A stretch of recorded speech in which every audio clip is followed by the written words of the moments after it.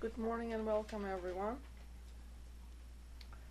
As we have just heard from the first speaker, the portals that we have to go through has been defined. What does that exactly say to us? That we are here to develop the spiritual side of our nature. And from time to time we have avatars,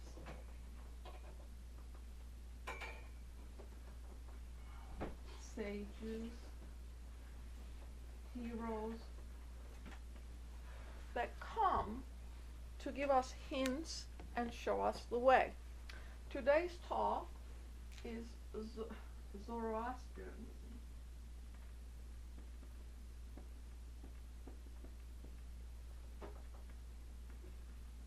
Zoroaster being the Iranian initiate who came, or actually he was an avatar.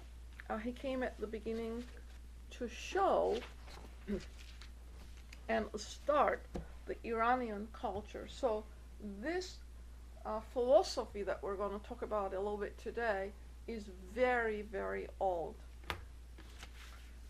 And didn't come.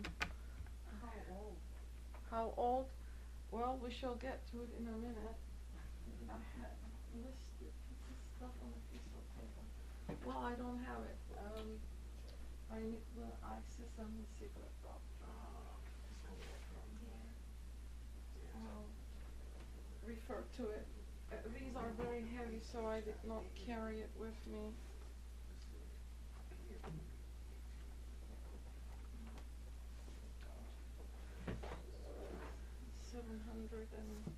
757, I believe, is on this one. You can't hear me. Hold a second, I'll give it to you in a second. Okay, the reference is on 758 of the Secret Doctrine, and I'm going to just pass this around because I did not copy it. It shows the our Earth and its compatriots, so to speak, with it, everything being sevenfold, and we're going to come to it in a second.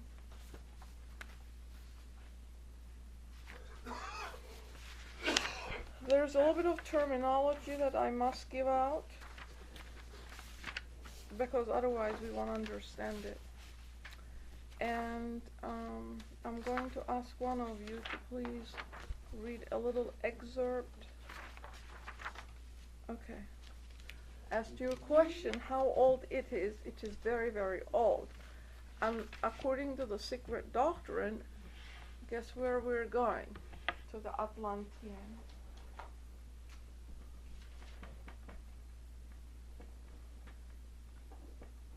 Atlanteans.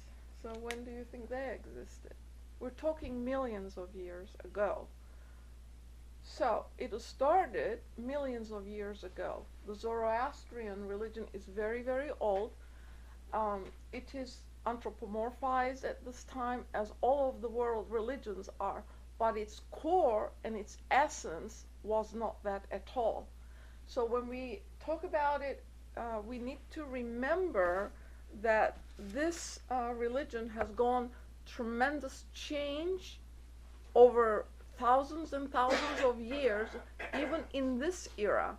Now there's only 95,000 Parsis left in the world.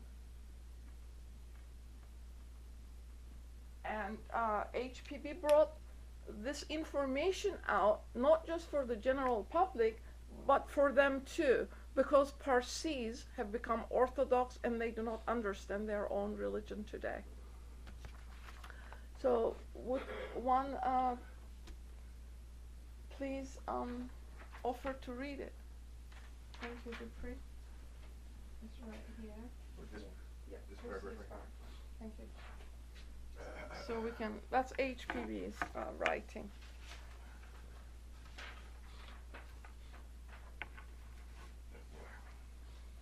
Okay, had to describe broadly the origin of this religion from the standpoint and upon the authority of the occult teachings, we would call it by its original primitive name, that of Magism, locating its first development in those vast regions which would have to be described as the whole area between the Persian Gulf and the Sea of Oshkosh in its length, and that which stretches through the unexplored deserts between the Altai and the Himalayan mountains.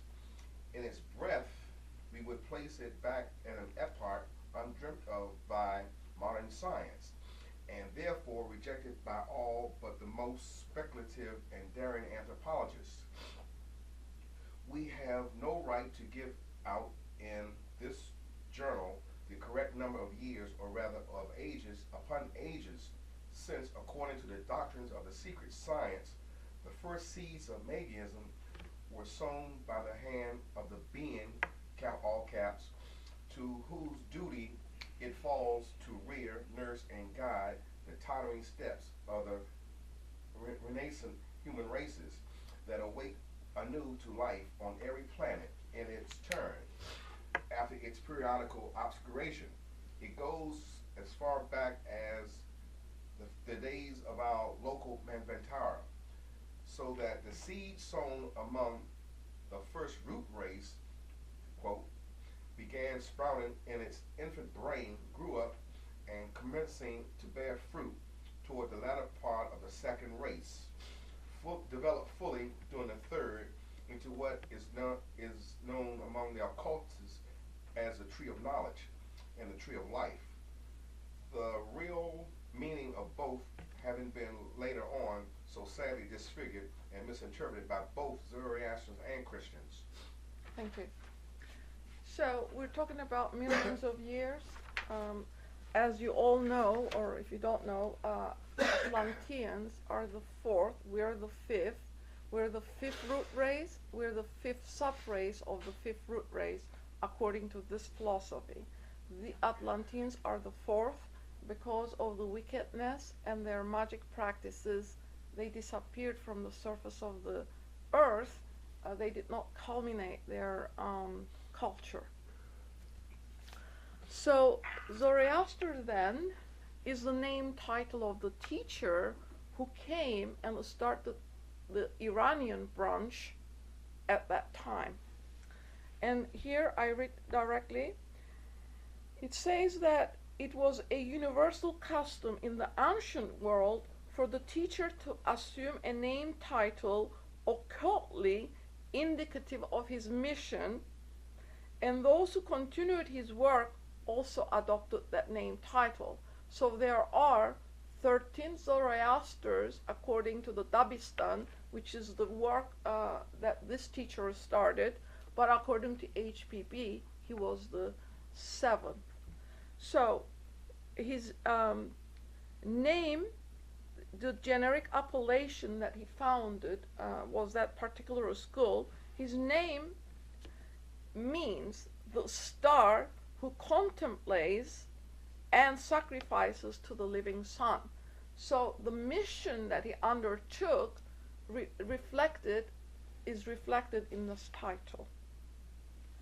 But just like Sankaracharya in India, there are a lot of teachers that come and assume the title. They are not all, according to the esoteric doctrine, the real teachers. So sometimes the spurious characters also assume that name. What do? They interject untruth into the original truth that was brought into the world. So we need to also remember that. Since the days of the first Zoroaster, then, this school has gone through tremendous change.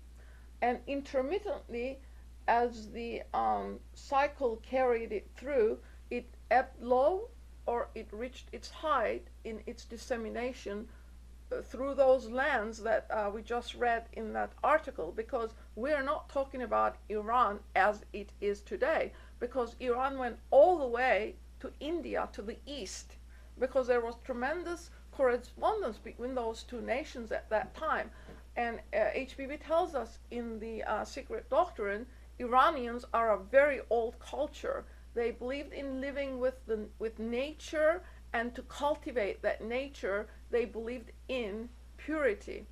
Now, as you go to the Gita, we see this Vedic influence or song coming through all of its pages. What is it? Dharma. So the Gita sings Dharma.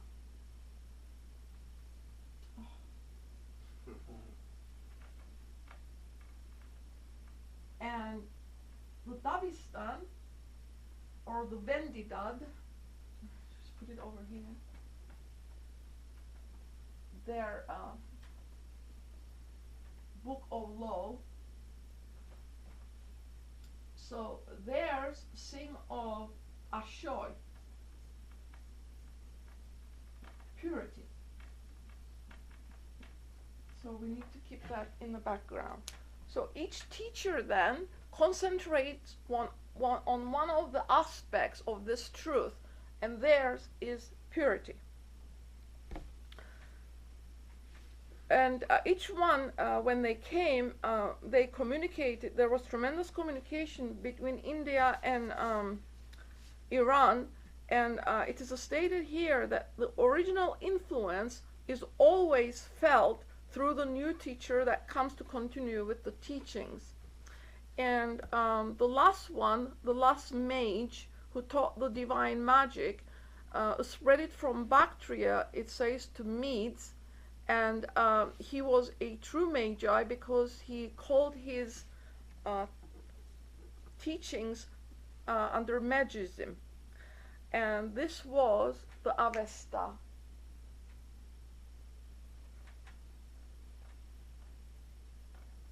Now we're talking about thousands and thousands of years ago. And the last one that came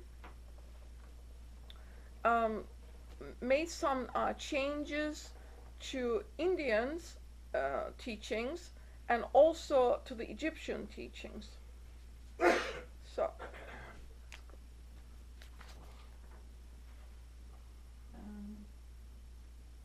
this was the Zanzibar. These are the old books that we're referring to. Now, there are three styles of passing this information to the Iranian culture. As we put up there, Vendidat is the law. Then they have Gathas. We have to take some of it out.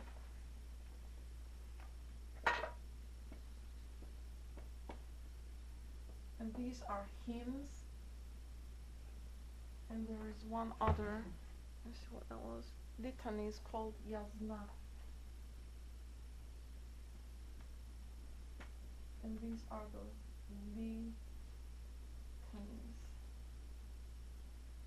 Okay, so how much of this is here today? None. They're all extinct. So what is left is fragments of fragments, and some of them have interpolations in them. And when you go to it and look at it, you have to be aware that this interpolation, just like in the Christian religion, it has occurred, because now the authorities on that is coming out and saying that there were 3 writers of the Bible alone because of the differences in the style. So these writings have also gone through tremendous change as a result of that. But HPB tells us that it is highly philosophical, even the little bit that is left of it, and that we can learn tremendous philosophy and ethics also from these rudimentary bits that are available. So what is it that it tells us? And she says its philosophy is based on an omnipresent deity, a living nature, are the eternal truths of Zoroastrianism. So it is it runs parallel to what Theosophy teaches today. and this is millions of years ago that it was started. Who is this universal power in their teachings? It is Ahura Mazda. And Ahura Mazda. Mazda part, her Mazda is absolute wisdom.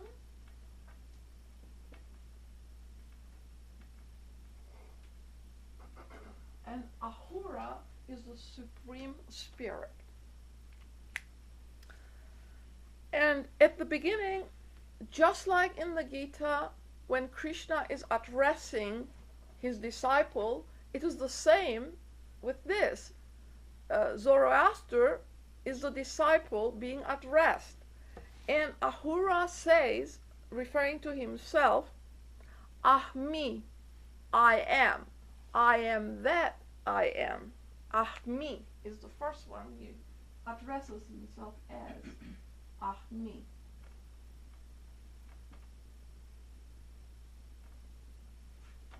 The first one is Ahmi. I am.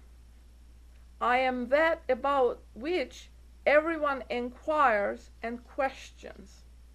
The second one, she says, have puzzled even Orientalists themselves.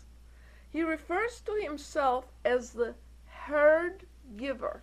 Herd giver.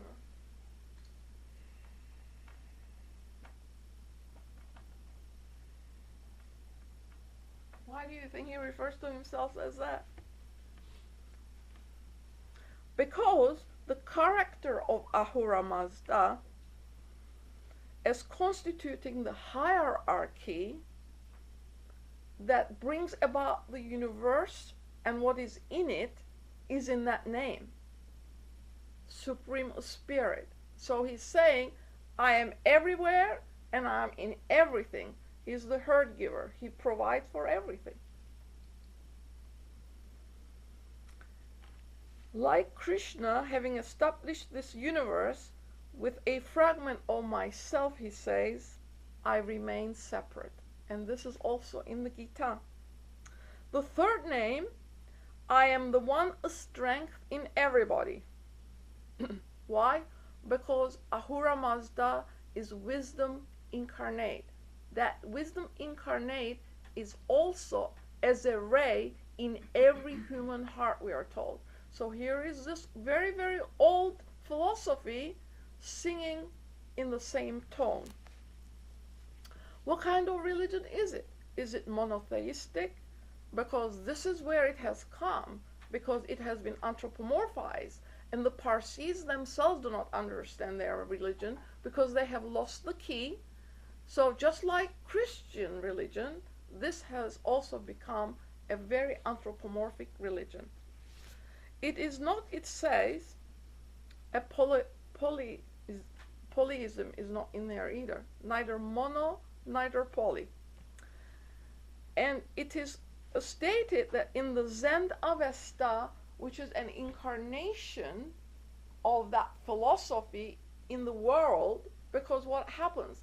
Culture starts following what? Not the philosophy, but the person that brought it out. So then what happens? Faith and bowing to this personality happens, which has already occurred in this Zen tradition also. So Zen Avesta is the incarnation of this. I'm putting it here so that you can go and do this research for yourselves.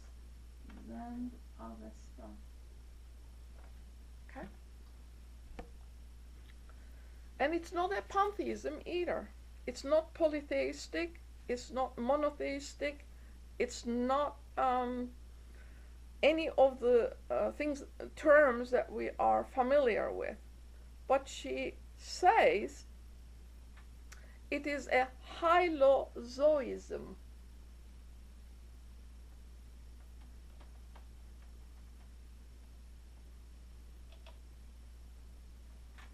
What's that mean, do you think?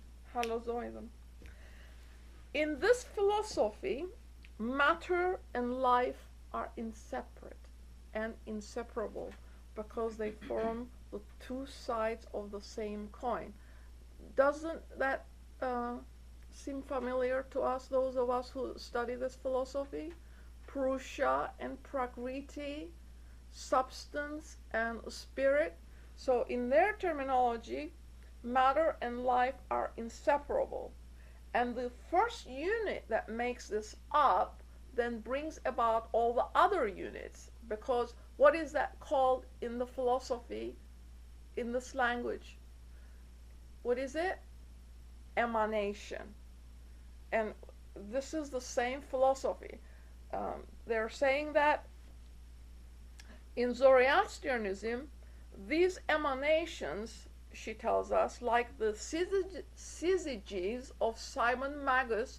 Simon Magus is the one who was the Magi in the Christian world in the 1st century, opposing the church. So depending on where you get your information, he will be marked as a black magician, but he really was not. Just like his syzygies, Zoroastrian emanations also appear in pairs. So Ahura, I have to take this out, sorry.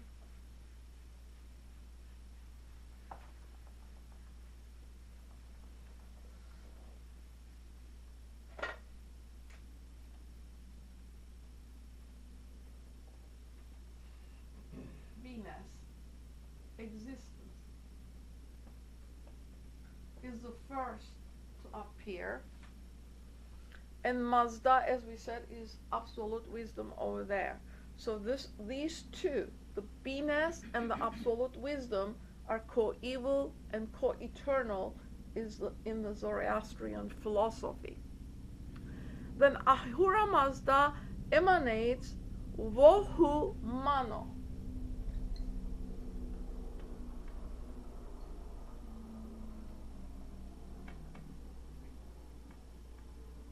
What do you think that is? The good mind, Mahat in the Sanskrit philosophy.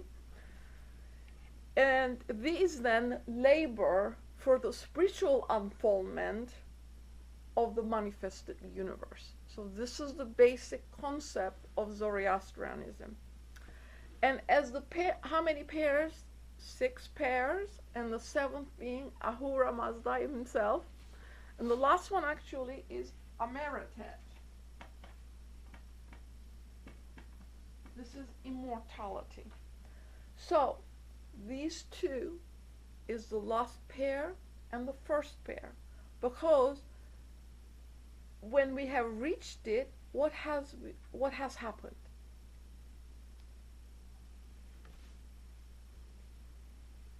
Immortal repose, because we are immortal beings. We say it, but we also have to believe it, because this is the heart expression of each soul. Once we reach that, we have become immortal. We have cognized our own immortality. Because in this religion, there is no externalities, there is internality, because it is the spirituality that is being expounded, that we are spiritual beings, and when we reach this immortal state, immortal repose or nirvana is what we have reached. Thus the 7 primal builders emanate one from the other and from the great circle. What's the great circle? The great dragon of wisdom, Ahura Mazda, biting its own tail, immortality. And that means Zervan Akarana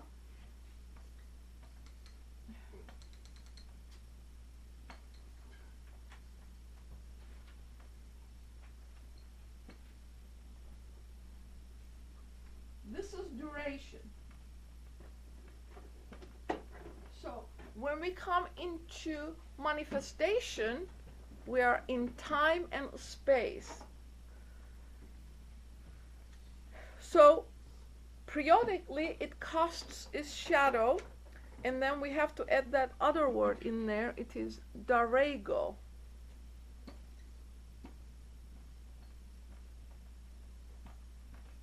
And please forgive me for my pronunciation. I have never ever seen these words before, but I'm guessing at them as to their pronunciation. So we have seen this figure, the snake. In fact, I think it's on the seal, biting its own tail. So this is in manifestation. This circle then is in eternity. When the point appears, that's when it is in time and space, because manifestation in its incipient stage has started. So the same idea then is present in the Zoroastrian emanations. So the cycle of motion is an emanation of that sphere, and its absolute is motionlessness, because we're also told in order to reach the core we have to learn silence. Are we not told that? What exactly is meditation? Becoming quiet and going inward. So quietude is at the core of existence.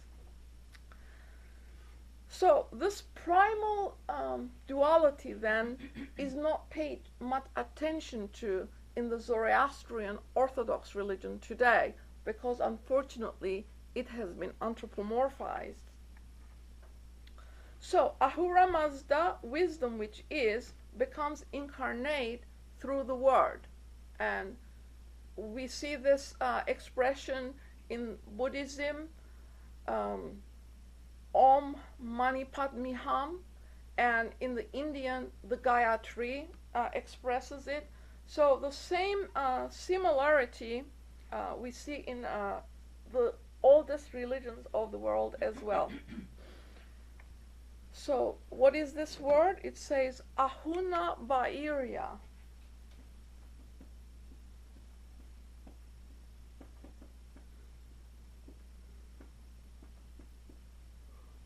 So through this word then,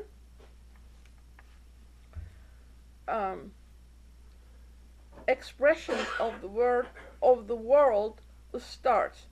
And in the Pahlavi translations today, these are referred to as the 21 sacred books of the Holy Law. They don't exist, unfortunately, because they are very fragmentary, but in its original inception, they did. So this veracious word is like the secret and sacred formula of the other two that I mentioned. It is at once a mantra, because its repetition, what does it do?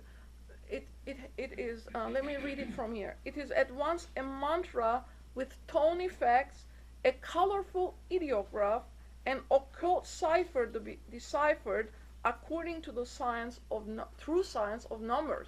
So here again, the old expressions were in accord with nature's law, because when uttered, it makes the inner aspects of us come alive too, because it is mantramic, and the mantra is based on color, sound, which is vibration, and at the root of that is number, because we are told deity geometrizes, and that is based on proportion, which is numbers again. So, metaphysically speaking, it unveils the nature of deity and cosmos, and from the psychological viewpoint, the soul power in each human being as well as in the universe. And through this, we can destroy Ahriman. This is what has become of this religion today, Ahriman in its originality represents what? Matter side of existence. Because without a form or image, nothing can be projected into the physical world. This is our image. We have a form. Without the form, we could not stay on earth either. So Ahriman represents the material side of nature, but eventually, what is Ahriman come to be called? Satan. We really understand ourselves good. Satan. So, this then enables each human being to get in touch with their lower nature, and through the repetition of this mantramic, it doesn't give it, by the way, I would put it there, but it is called just that Ahuna Vairya, and the Orthodox Parsi has it and repeats that mantramic statement several times a day without understanding its significance. To get rid of the sinful nature in himself, get rid of the aspects that he is asking for, perhaps forgiveness. I'm not sure how it works in that religion, having not being one, I can't say exactly. So, and there is one author, Dharmestator, that points out to these philosophical truths in the sacred books of the East. So you might want to refer yourself to that one as well. It is in volume 4, page 206, if you want to go and do your own research. So the word and the cycle or period of time are coeval and co-eternal, two aspects of the one. This manifestation of the word is described in detail in the Yasna. This is one of their works, Yasna 19. And in chanting this word, cosmical and human, it contains 3 stages. Like the 3 steps of Vishnu, we have seen that before. So Zoroaster then struck the keynote for his people at the beginning of that Manvantara in this way. He was a cyclic avatara, and the keynote and the knowledge goes this way. 3 times 7, which equals 21, natures of men. 7, the spiritual monadic. 7, intellectual individual. And 7, formal personal. So that everyone can employ the word in pursuance or following of the injunction, man, know thyself, in quotation marks. Of it, she says, the record stands. And I'm reading it. Ahunem vaerem tanum payate, which means the word sustains the body. So, ahunem vaerem tanum payete. And what is it that we talk about in the philosophy of theosophy? That we are sevenfold. And he struck this keynote for his people. This is millions of years ago that it started, but we have 7 sheaths to the physical body. Our intellectual and divine mind has also sheaths. And he's saying each is sevenfold. So we are made up of 7 times 7. We have 49 levels in each one of us. 7 primaries, and each one then divides again 7. So 7 spiritual monadic. We are monads in evolution. Buddhi, manas, right? Atma, Buddhi, manas, that's monadic. Intellectual individual.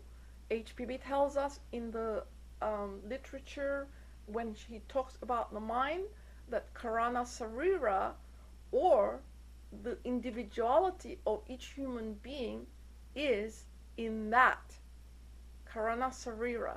This is the higher mind, okay? That's our individuality. And 7 formal personal, I am organic, correct? As I stand here. And what are the divisions? I'm organic, I'm cellular, correct? I'm atomic. I have ionic and elements in me and electrons. So these divisions truly stand as truth today. Well, I have run out of time and I haven't but just given out the terminology. So to honor what has been requested of me, I will stop here and open it for questions, and I will continue from this point on. In the next quarter we will assign another period for it. I'm sorry I couldn't give it out.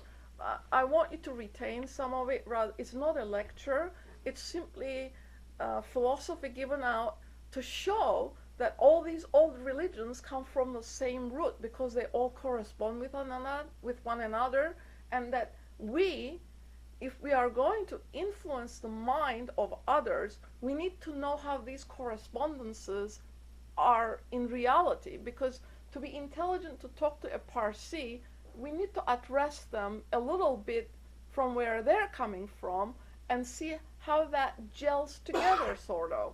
So it is important that we learn a little bit of comparative religion and discover these truths for ourselves by going to the Secret Doctrine, Isis Unveiled, and the references are given, and I will tell you, because my piece of paper that had that list on it is at home, unfortunately. Secret Doctrine 1, if you want to write it, 100. 100. And Secret... Page 100? Yes, 100. And Secret Doctrine Volume 1, 200. These are pages. And Isis Unveiled 2 for 65. Isis Unveiled for 65. And then you might want to look at this to 57 to 757 to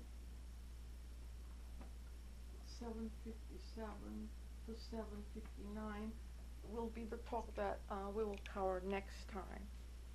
Yeah, it was way too much. And they also refer us to the Bundahis, if you want to do it. Bundahis. And the page number is 20 to 20. 20 through 22. That's the Eastern work, but it exists, so we can refer. Yes? The study of these old religions brings to the student's mind that the newer ones that we're associated with today are really sort of like borrowed from the older ones. These terms, just like now, Iran at some point becomes, well, in the ancient world was Persia, becomes Persia. And we know how, for instance, the Jews were enslaved in Persia, exiled, in this area. And so their concept of the Messiah and various terms like that comes from these older religions. Chaldea, actually. Yeah. Chaldea is what it comes. Babylonian. Yeah, these are the ones that Chaldea is what is expressed mostly in the Kabbalah. And also, there was this the duality thing that you talked about, the Ahriman and Ahriman. And it's opposite, and I came across something also about there was talk about a serpent, and then in the Old Testament again there's the serpent, so it's the borrowing again of older brother lending a younger brother, clothes that is cast off again. But the meaning has changed. The old meaning in the old versions of these texts, the serpent stands for wisdom, Here we showed Ahura Mazda in time and space becomes a snake or serpent biting his own tail because it is a circle. And there's a reference to it in the Isis, which I couldn't find the page. It refers us to the at home. This one here is on 461, where the zodiac is explained. She is corresponding the Kabbalah and the old knowledge about the zodiac and showing us how we come into time and space through this diagram here. Now, the center part here is what that serpent is, the center part, the circle here. And there's the cross somewhere on the next one, I believe. Here, yeah. Here's the cross when we're in time and space. Sorry, I didn't have time to copy this. This upper part is the cosmic aspect, and this lower part is the earth aspect. Libra or Libra, which represents Enoch and Hermes, stand at the center, at the balance point, she tells us. And when you draw the circle here, this is where we are. And the centrifugal and the centripetal forces are a core teaching of this philosophy also. So I didn't get to it today, but we will cover it next time. It shows, if you are really interested in reconciling old religions, including the Kabbalah, she does correspond them. And it is imperative that to understand the meaning of the Amashesh Pentaz and the Sephirah of the Kabbalah, we can refer to this diagram and absorb the explanation, and you have found the key to both of them. Because she says that one set of the information given, it was just there to fool us, the general public. I find that really difficult to believe that this information would be given out to fool us. And I'm thinking, what's the purpose in it? Because they did not want the truth to be disseminated to the lay people. And HPB's mission was and is that we learn who we are and what we stand for and where we have come and what the future of humanity is, so that we can align ourselves according to our own heart expression as to how we are going to express this philosophy in life for ourselves. It's very important to understand what it is that she's telling us, because it has tremendous value when applied to daily life. It's not a philosophy, it becomes alive when we express it through ourselves. Only then, she says, you will truly understand its meaning, and that is also true. So you can refer yourselves to this page 459 through 65 and learn all about the correspondences between the Kabbalah and the So the Iranians of today are pretty much Muslim. That country, Iran, that we look at today. And the Aryan connection, when you had the word Atlanteans up there, when Atlantis went down, and that's the fourth race, so the fifth race becomes the Aryan race, which we are today. So, and these Aryans, they went down into India, because the original inhabitants of India were not these Aryans. They come down into India. You mentioned also the Indian connection as well. So, for this part of the world, after Atlantis went down, and then the Aryans come up, so these would be the Aryans, these folks here who Parsis, the old Parsis. These are the remnants of the old. And they have lost the key to their own religion, she tells us. They're not in any better situation than the West is, because it has become Christianized and anthropomorphized. So like Adolf Hitler, how he took the swastika, and that was a Buddhist symbol. So he also considered the Aryan, where did he get this notion of the Aryan from? I mean, was he some kind of way exposed to this kind of philosophy as well? Because he considered himself, well, they're the Germanic race Aryans, but that was just a myopic view of the larger picture of the Aryans. Well, we can take anything that we want and radicalize it in any which way we want. But it does not make it true, because this student was also raised in that part of the world, and the Arabic radicalism has no basis in the Quran itself. It is just misinterpreted. We can take any book and misinterpret it any which way we like, which is what Hitler did with that sign. But you remember, he also changed the position of the what do you call that?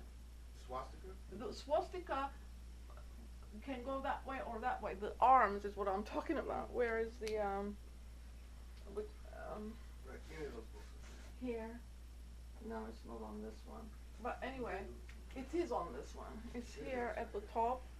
And this is its true inclination, but the one he has, the inclinations are different, which to me, that is making black magic out of the white magic, because these emblems are expressions of what? Humanity's progression through different stages towards perfectibility. And it is our recorded history, truly, when we learn to understand the symbols, then we have deciphered the truth about our existence. It's not given out altogether, but the initiates have it. They know all of the color coordinations, they know all of the symbology, because they understand the language of the symbols. I wanted to read to you something that came to this student's attention. It was very enlightening to read it. It says here, in one of the obscure Sanskrit documents, we come across the original of the common theosophical expression, the Great Lodge, Mahashala, the Great House, translated in Central and Western India as the Great School. It is not a place, but a collectivity of beings whose self-conscious intelligence transcends human comprehension. In that house are lodged 7 types of men, pure rays of light, each but an issue of the 7 sacred planets called the 7 lords, rishis by the Brahmanas, Amasheshpentas by the Zoroastrians, archangels by the Christians. Of these translucent men, it is said that they can no longer err. So these perfected beings, our root, exist. It's not imaginary. They are there. They appear on earth, but at the origin of every new human race and at the junction or close of the 2 ends of the small and great cycle, and are known as avatars or incarnations, which Zoroaster represents one of them because he was an avatar. Krishna is an avatar of Vishnu for the Indian nation. So they do come, and they are the true teachers of humanity because they bring the truth with them, but in time, unfortunately, it becomes dwarfed and interpolations occur, and then there is this little bit of information that this student got from the Secret Doctrine, and I want to share it with you because I wasn't aware of it. It's towards the end of the 2nd chapter. It's a footnote, and it was as a result of this research that was being done, and it says here, but the Magi of Persia were never Persians, not even Chaldees. They came from a far-off land, the Orientalists being of opinion that the said land was Media. This may be so, but from what part of Media? She says no one can answer it.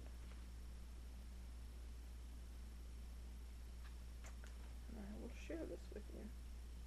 Here it says, had not dialectician, and I don't know who he is, burned the esoteric works of Egyptians in 296, together with their books on alchemy, and she gives a title of them, I can't read it, Caesar 700,000 rolls at Alexandria, and Leo Isaurus 300,000 rolls at Constantinople in the 8th century, and the Mohammedans, all they could lay their sacrilegious hands on, the world might know today more of Atlantis than it does. For alchemy had its birthplace in Atlantis during the 4th race, and had only its renaissance in Egypt. So here we have these vandals all over the world who burn our rights away. It's horrible. It's horrible. So she tells us that we don't have much of anything to go by because it's been gotten rid of. Of course, the original copies do exist with the masters who keep the records, but it would be nice to have something for us too to read from, rather than being referred to these little excerpts that remain. We could have had the whole scroll and benefit from it, because they are very, very old, and it is every person's birthright to have that knowledge present, and we don't have it. So this student is very grateful for these books that came in the 19th century from the masters, and their representative wrote it for us so that we in the future generations may find it and benefit from it. So our gratitude goes to them. Thank you.